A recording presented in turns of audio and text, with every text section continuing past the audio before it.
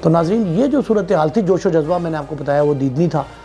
جو P T I کے کارکنان ہیں وہ ہاتھوں میں زنجیریں بھی ڈال کے لائے تھے، ہتھکڑیاں پہنے ہوئی تھیں، اور یہ جو علامات تھیں ان علامات نے اس تحریک کے آغاز میں ہی سے 4 چاند لگا دیے. اور عمران خان صاحب کی جو تقریر تھی، ویڈیو لنک خطاب اسی دوران، اس میں جو تیزی، ترشی اور سخت لہجہ تھا اس نے ایک عجیب ماحول گرمایا ہے. عمران خان صاحب کا یہ کہنا تھا کہ بڑے وثوق سے انہوں نے بڑے دعوے کے ساتھ یہ کہا ہے کہ میری حکومت آ رہی ہے، اور جب میری حکومت آئے گی تو جن پولیس والوں نے، جن افسروں نے، اہلکاروں نے جو ہے پی ٹی آئی کے کسی ایک ورکر پر بھی ظلم کیا ہوگا، زیادتی کی ہوگی، تو میں اسے دیکھوں گا، اسے نپٹوں گا. اور یہ بھی کہا قائد تحریک نے کہ میں سخت اور ایسا اسے سبق سکھاؤں گا کہ اس کی نسلیں بھی یاد رکھیں گی. ناظرین اس طرح کی صورتحال جو سامنے آئی اس سے لگتا یہ ہے کہ معاملہ جو ہے وہ خطرناک حدوں کو چھو رہا ہے، اور اب وفاق کے خلاف باقاعدہ جو ہے یہ ایک تحریک جس کا آغاز آج جیل بھرو کے نام سے ہوا ہے. خیر گرفتاریاں تو نہیں ہوئیں، جو انتظامیہ کا موقف تھا وہی تھا کہ اگر خلاف قانون کو کام کیا گیا یا 144 جہاں جہاں ڈپلائمنٹ ہے وہاں اگر اس کی خلاف ورزی ہوئی تب ہم ایکشن لیں گے، اس کے علاوہ انہوں نے کسی کو گرفتار نہیں کیا. لیکن یہ بڑی خوشائند بات ہے کہ پہلے یہ خیال ظاہر کیا جا رہا تھا، خدشات یہ تھے کہ شاید جو مرکزی قائدین ہیں وہ شاید سڑکوں پہ نہیں آئیں گے. باوجود عمران خان صاحب کو جو ہے وہ پہلے گرفتاری نہ دینے کی پارٹی نے جو فیصلہ کیا تھا اس پہ وہ کاربند تھے، لیکن آج شاہ محمود قریشی، ولید اقبال، اعظم سواتی، اسد عمر، حماد اظہر، شیری مزاری، یہ بڑے بڑے لوگ جو تھے یہ سیاسی قائدین گرفتاریوں کے لیے آئے تھے، لیکن پولیس نے ان کو گرفتار نہیں کیا. اور اس گرفتاریوں سے جو یہ بھی نہیں دکھائی دے رہا تھا، اور پولیس والے بھی اچھے ماحول میں گفتگو کر رہے تھے، گپ شپ بھی ہو رہی تھی، اور کارکن چھیڑ خانی بھی کرتے تھے تو پولیس والے اس پہ سیخ پانی ہوتے تھے. گرفتاری کرنا تو بہت دور کی بات تھی. کوئی کسی قسم کی کوئی معمولی سی تکرار بھی ہے وہ بھی کہیں دیکھنے میں نہیں آئی. چھوٹے موٹے واقعات تو ہوتے رہتے ہیں، لیکن گرمی سردی جو ہے نا وہ چلتی رہی، لیکن اچھے خوشگوار ماحول میں یہ سارا کچھ انجام پایا ہے. اور میرا خیال ہے کہ اس طرح کا احتجاج جو ہے وہ جمہوریت کا حسن ہے، اور یہ حسن جو ہے اس سے جہاں جو سیاسی کارکنان ہیں وہ منجمد ہو گئے تھے، انجماد کا شکار تھے، جمود کا شکار تھے، وہ میرا خیال ان میں جو ہے اب اس وقت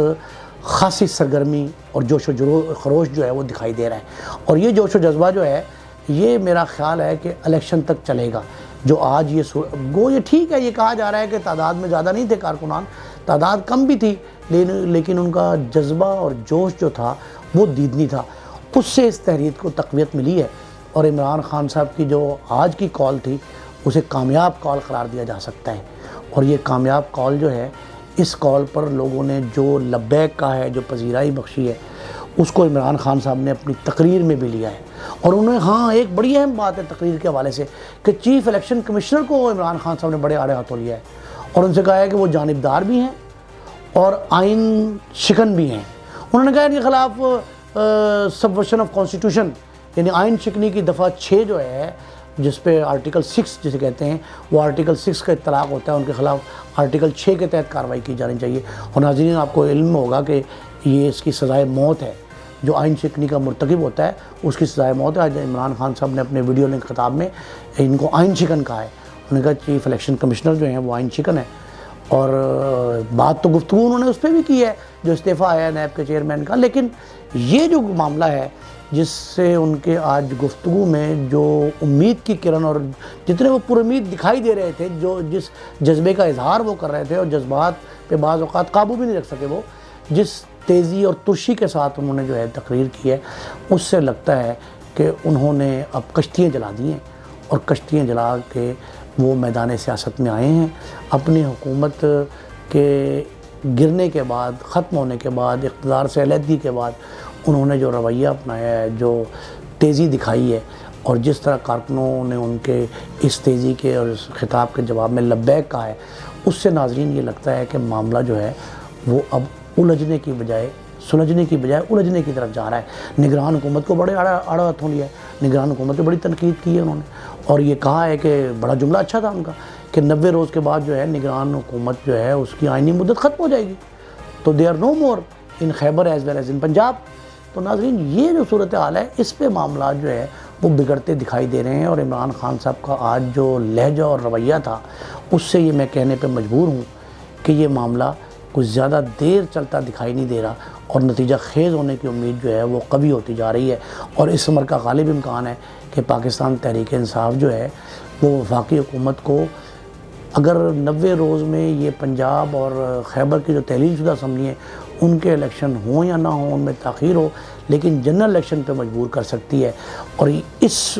کا تو ہے یقین کے ساتھ تو کچھ نہیں کہا جا سکتا، لیکن اس امر کا غالب امکان ہے کہ وفاقی حکومت جو پی ڈی ایم کی اتحادی جماعتوں پر مشتمل ہے وہ یہ بات سوچنے پہ مجبور ہوگی۔ بس ایک سنا یہ ہے کہ وفاقی کابینہ بھی جو ہے وہ اس سلسلے میں آج یا کل غور کرے گی۔ اس دوران ایک اور اہم خبر مجھے ملی ہے ناظرین، وہ وفاقی حکومت کی جانب سے ایک نئی پالیسی آئی ہے وفاقی وزراء کے لیے۔ وزیر اعظم شہباز شریف صاحب نے ابھی یہ ایک حکم نامہ جاری کیا ہے، خطاب میں کہا ہے کہ کفایت شعوری اور سادگی اپنائیں۔ میرے ساتھی جو وزراء ہیں وہ بھی سرکاری اعلیٰ سرکاری افسران ہیں وہ بھی، اور انہوں نے کہا ہے کہ سرکاری جو تقاریب ہیں ان میں 1 ڈش کی پابندی اگر مجھے اطلاع مل گئی خلاف ورزی کی گئی ہے تو سخت ترین ایکشن ہوگا۔ پھر انہوں نے کہا گاڑیوں کے استعمال میں، پیٹرول کے استعمال میں، انہوں نے کہا ذاتی جیب سے آپ پیٹرول ڈلوائیں، اور جو پرتعیش معاملات تھے ان کو ترک کر دیں، اور انہوں نے کہا ہے کہ چیریٹی بگنز ایٹ ہوم،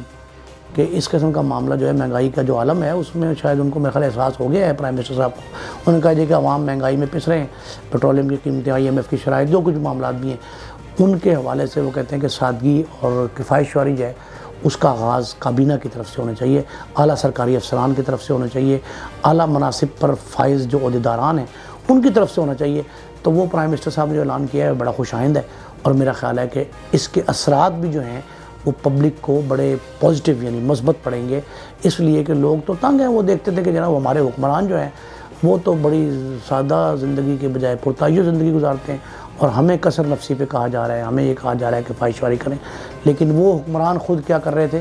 یہ پرائم منسٹر نے ایک اچھی مثال قائم کرنے کی سعی کی ہے، اور اس امید کے ساتھ کہ جی اگر واقعتاً وزیر اعظم کی اس خواہش پر عمل درآمد ہو گیا یا ان کا حکم قرار دیا جائے اس کو، اگر یہ حکم نافذ ہو گیا تو شاید معاملات جو ہیں وہ بہتر ہو جائیں گے۔ اپنے میزبان نئی مصطفیٰ کو اجازت دیجیے، اللہ نگہبان۔ کیونکہ خبروں کو اب چلنے دو۔